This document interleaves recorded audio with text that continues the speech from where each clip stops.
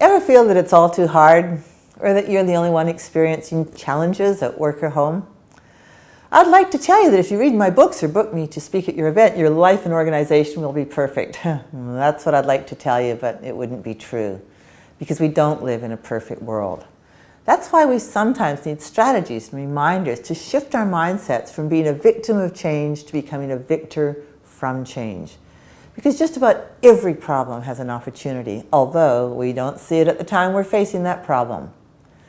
When I won the Australian Executive Woman of the Year award, journalists asked how a Canadian came to win the Australian award.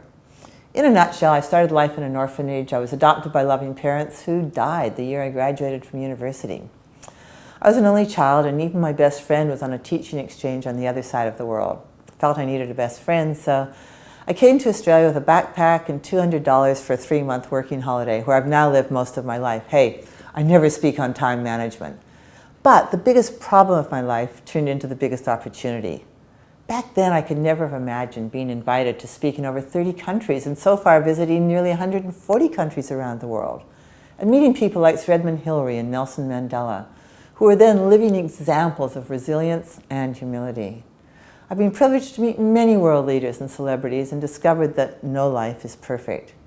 More so, for over 20 years of speaking, I've learned that clients, large and small, face similar challenges in their professional and personal lives. And we all need to take accountable leadership roles for our own life. People want to hear how other organizations and individuals overcame seemingly insurmountable challenges, how to bounce back from setbacks, how to get back on track when your dreams take a detour, and how to step out of your comfort zone into your courage zone. We often give up or give in too early, rather than just taking one more step. For example, my memoir was rejected by countless publishers, then published by the biggest publisher in the world to become a #1 bestseller. And you've only heard part of the story. It seems strange that I never even told close friends, and now I share my story with total strangers to help them turn stumbling blocks to stepping stones faster and more elegantly than I did. As often the only woman in all male working environments, I believed, mistakenly, that asking for help was a sign of weakness. As HR manager of IBM's Asia Pacific headquarters in Tokyo, and on the board of the 3rd largest police service in the world in New South Wales, I witnessed lots of personal struggles behind the scenes.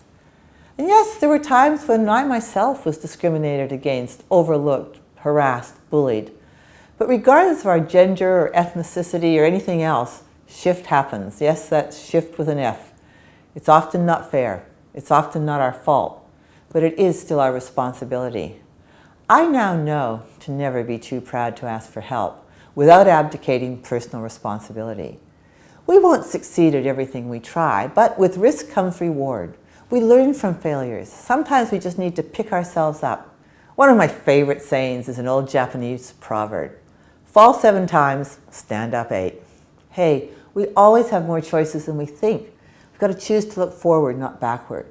And the toughest choice for me when compiling the next presentation is deciding what research, stories, and humor to include to fit the audience demographics. Depending on your brief, I may or may not incorporate analogies from attending 5 Olympics, carrying the Olympic torch on the day of the opening ceremonies, or working with street kids in Vietnam, bungee jumping, cycling over the Andes, or swimming from Europe to Asia. Well, a little bit crazy. Having climbed 20,000 feet to Mount Kilimanjaro and also an unclimbed peak in the Antarctic and beyond Everest Base Camp, I might even remind participants not to make mountains out of molehills. Hey, I've even trekked to Timbuktu because I'll go to the ends of the earth for fresh new material in my toolkit so I can pull out just the right story that links with your theme and outcome. I've received countless letters and emails from people saying I changed their life. But hey, I don't change lives, and don't believe any speaker who claims they do. I only act as a catalyst to change thinking, because each individual still has responsibility for their own life. I can help you harness the diversity of your team to create a more unified and empowered culture, and for them to leave your event feeling better, not just about themselves, but about your organization for the future.